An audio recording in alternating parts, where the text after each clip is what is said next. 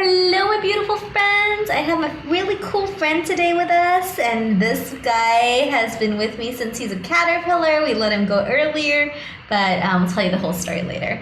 It's Hani again, and we're at the You Only Live Once Life and Business Innovation Style, and today we're going to be talking about 10 ways to stop intrusive thoughts from flying through your head.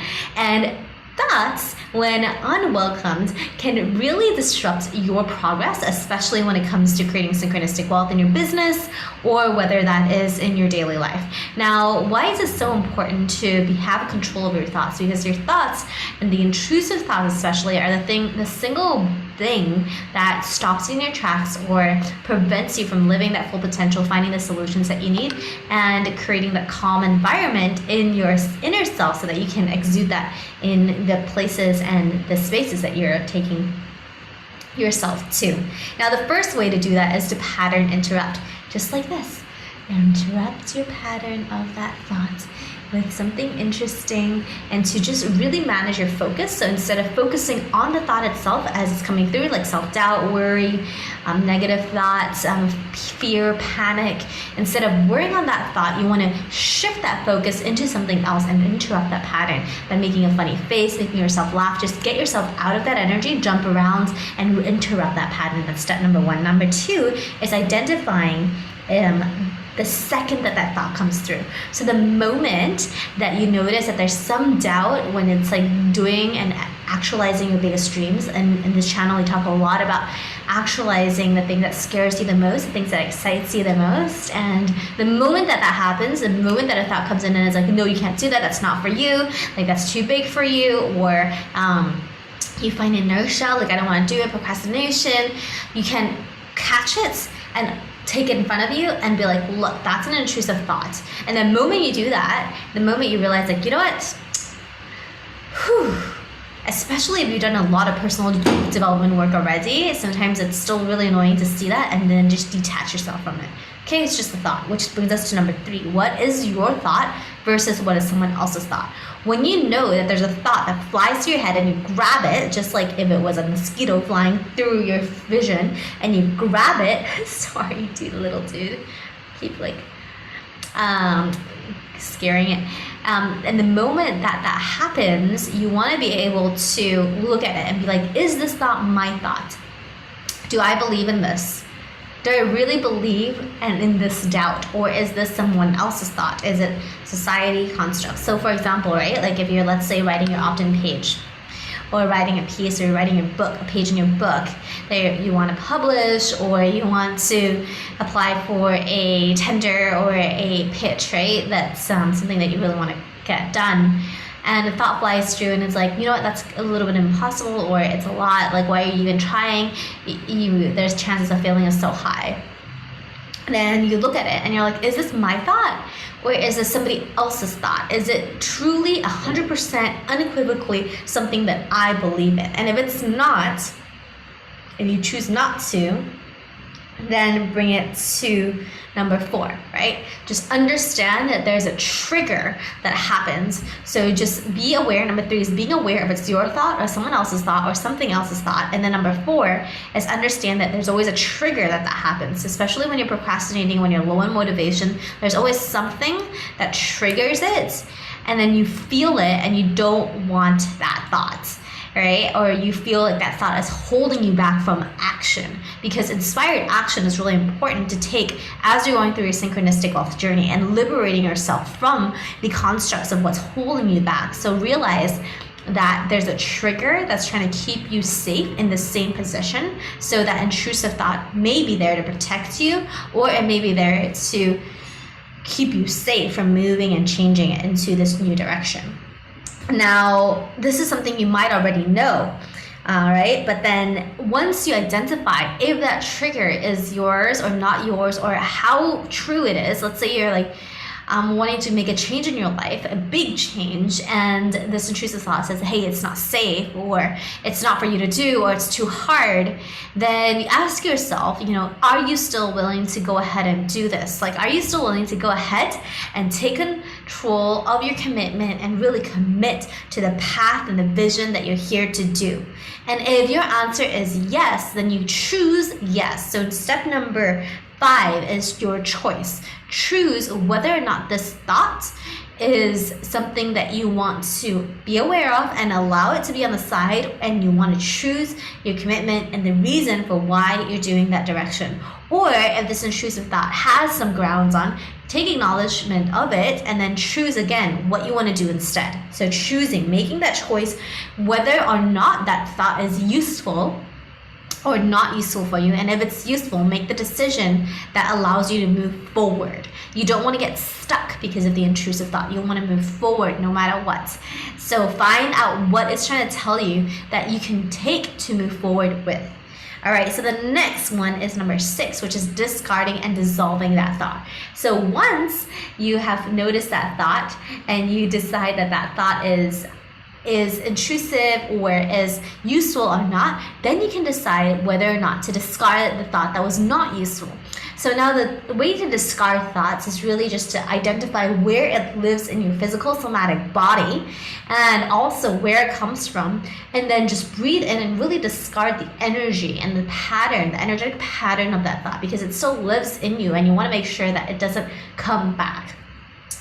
So loosening its charge and making sure that you don't get affected by the chain of thoughts that it's related to. So for example, if you're writing something, let's say for a book, and then it's like, well, that's not believable, or let's say the characters that you're developing in your story, and then it goes like, oh well, then why do I even bother? And then it might go down a really dark rabbit hole, right?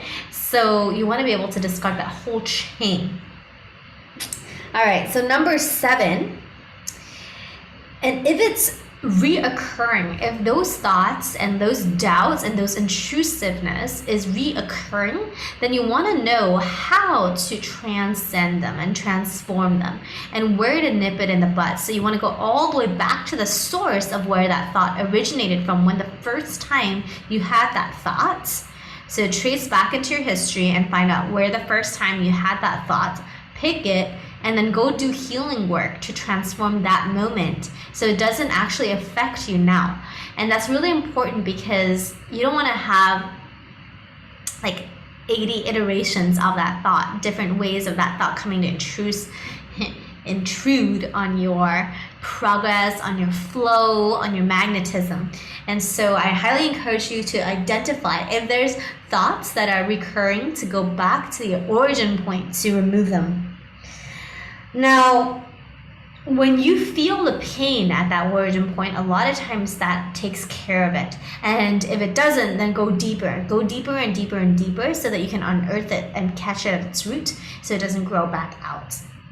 Now, the 8th thing is to identify yourself. Who would you be without that thought? And this is a very challenging one. Like, for example, this butterfly, right? We had him since, I had him since he was a little caterpillar, and I didn't really know if he's going to turn into a butterfly or a moth. And so if I were to ask this butterfly, like, hey, like, who would you be if you weren't this caterpillar? It's not like he knew that he was going to turn into a butterfly, but he just allowed the natural process to evolve. So when you're asking yourself, who would you be without this intrusive thought that you're having, maybe that is like, hey, like, you don't deserve this, or you're not worth it, or this is not for you, then how would you, can you possibly imagine what it might be like for you not to have the thoughts? Would you be acting more swiftly? Would you be more confident? Would you have more clarity? Would you move faster? Would you move slower? Would you be more relaxed? And then if that were the case, also leave a room for ambiguity, because things might be beyond your imagination. You might transform into something even more juicy and even more charged through and charged up on aliveness, on, you know, being someone who does not have these thoughts that are intruding, because we're assuming that these intrusive thoughts are negative, right, or not supporting your forward moving progress. Now, number 9 is decision. So every time you have an identification of what you want to be, the number 9 is deciding to transform, just like how this dude transformed into this beautiful being here, and this beautiful and insect, decide that you do want to transform. You can't stay half a caterpillar, half a butterfly, right? Like if you want to really get rid of these intrusive thoughts, you gotta fully commit to it. Like this guy did not have long legs when he was a caterpillar. He got rid of his head when he was a caterpillar. The head's like in a box, right? And he like totally got a new head and new wings and new ways and new food, new diet, right? Now it's nectar instead of leaves. And so if you want to transform this intrusive thought pattern permanently, you got to realize that sometimes your whole being might transform, and there's no such thing as having one leg in one boat and another in another. Transformation is a full process. So allow yourself to believe that the person who you would become without this thought is going to be better, because you are being taken care of all the evolution that's inside of you. So decide to transform to someone without this thought once and for all, so you don't have to live in this place where this thought still plagues. Sounds easy, difficult to do, very worth it. Now, the last step in the number 10 is to practice it. Practice it over and over and over again, and really allow yourself to fully own this new version of you without these intrusive thoughts, because without them, you have so much more potential and you have more energy, more capacity to go forth and create and enjoy your life without these intrusive thoughts. So here are 10 ways to stop intrusive thoughts. I hope this is really helpful for you.